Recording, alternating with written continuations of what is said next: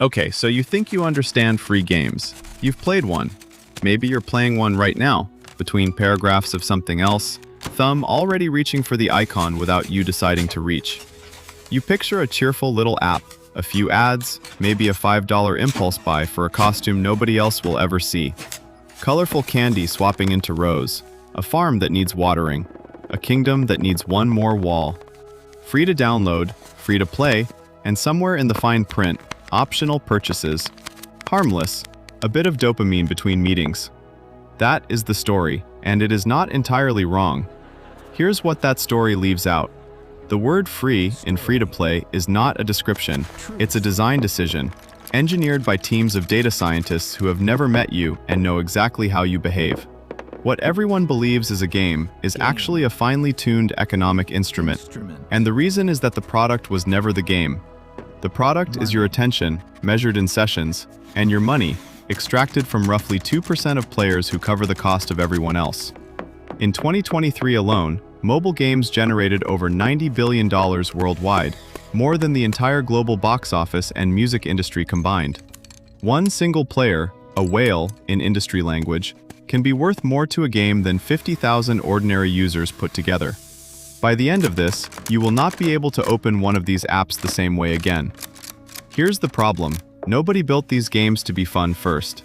They built them to be optimized, tested, and retested until fun became a side effect of retention. Keep that thesis close because it comes back. So where did this actually start? It's not one thing, it's three collisions happening at once. First, the App Store opened in 2008 and killed the idea of paying upfront for a game. Suddenly, a 99-cent price tag felt like a scam compared to free. Second, casino psychology, decades old, built on variable ratio rewards, the same mechanism behind slot machines, migrated quietly into mobile design studios. Third, data infrastructure got cheap enough that a small studio could track literally every tap, every pause, every rage quit across millions of players simultaneously, and adjust the game overnight based on what kept people playing longest. Put those three together and you don't get a toy. You get a live economic experiment running in your pocket, updated weekly based on your behavior. Consider the shape of a single level. Early levels are engineered to be almost impossible to lose, a runway of small wins that trains the brain to expect success. Then, usually around level 35, the difficulty spikes. Not gradually, sharply. You lose. You lose again. And there, at the exact moment of frustration, a purchase option appears. 5 extra moves, $1.99. That's not a bug in the difficulty curve. It's the business model wearing a costume. Match 3, farm building, city management. The wrapper changes, but underneath, nearly every top-grossing free game runs some version of the same loop. Build tension, offer relief, price the relief. Now, how does the free game actually make its money? Because almost none of it comes from the store's list price of 0. The core revenue sits in what the industry calls IAP, in-app purchases, and it breaks into 3 layers. The obvious layer is convenience. Extra moves, extra lives, skip the wait timers. Everyone understands that one. The overlooked layer is cosmetics and vanity. Outfits, skins, decorations that change nothing about gameplay except how you look to other players. And in games with any social visibility, this layer alone can outperform convenience purchases 2 to 1. But the high-margin afterthought, the part almost nobody clocks, is the secondary currency system. Games rarely let you buy an item directly with real money. Instead, you buy gems or coins with your card, and then spend gems on the item. And that one extra conversion step is not an accident. It's a deliberate haze between your bank account and the purchase. And studies on spending behavior show people spend measurably more when the currency in front of them doesn't look like real money. So think about what a game actually is, structurally for a second. It's a casino with a cartoon skin and a much friendlier legal department. Here's the mechanism nobody sees. Every major free-to-play studio runs what's internally called a spend curve, a live dashboard tracking exactly how much each player has spent, how long since their last purchase, and how close they are to quitting. Miss a session 2 days in a row, and the game doesn't just sit there waiting. It pushes a notification with a comeback bonus, sized to your specific spending history. Spend heavily once, and the game may quietly serve you slightly harder puzzles at slightly more convenient moments. Not to punish you, but because friction at the right dose sells relief. This is not conspiracy. It's published industry practice, discussed openly at game monetization conferences under names like dynamic difficulty adjustment and player lifetime value modeling. And here's the hidden drain running underneath all of it: engagement bleed. Free games are tuned not just to make money from spenders, but to hold non-spenders in the ecosystem too, because a crowded game feels alive. And a game that feels alive is more convincing to the 2% who do pay. 98%. So the 98% who never spend a cent aren't wasted traffic. They're the stage set. Do the math on that, and the whole free label starts to look less like generosity and more like unpaid labor, keeping the room full for the people who are. So who actually won this game, and who lost it? Take King, the Swedish-British studio behind Candy Crush Saga, launched in 2012.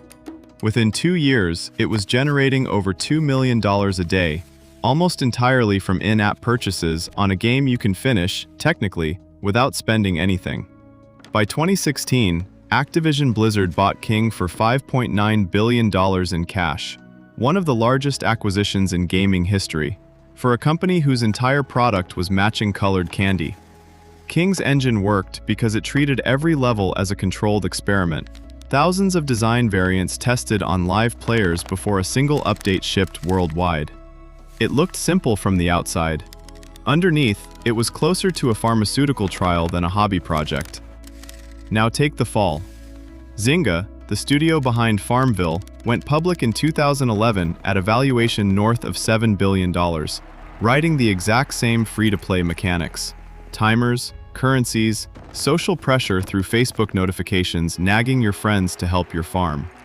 For a moment, it looked unstoppable. Then Facebook changed its platform rules, cutting off the free viral distribution Zynga's entire growth model depended on, and players simply moved on to the next dopamine loop.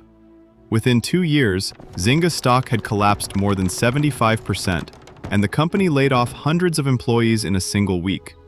It looked healthy from outside, right up until the platform it was built on top of shifted, and the whole structure, dependent on one channel it didn't own, came down with it. Same mechanics as King, same era.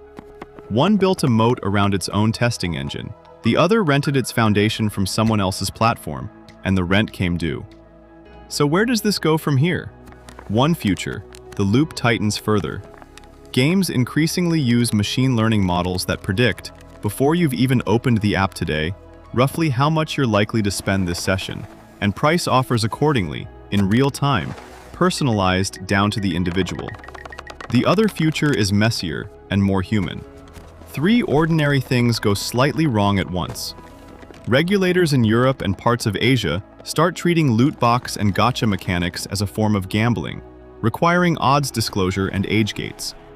A generation raised inside these loops grows visibly fatigued, and wellness-forward apps with transparent, flat pricing start eating into engagement. And App Store rules shift again, the way they did for Zynga, cutting off some quiet advantage nobody outside the industry ever noticed.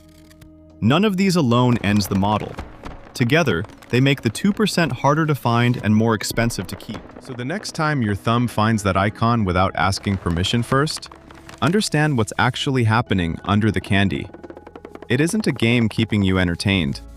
It's a live financial instrument, priced, tested, and adjusted around your specific behavior, generation after generation, one small purchase at a time.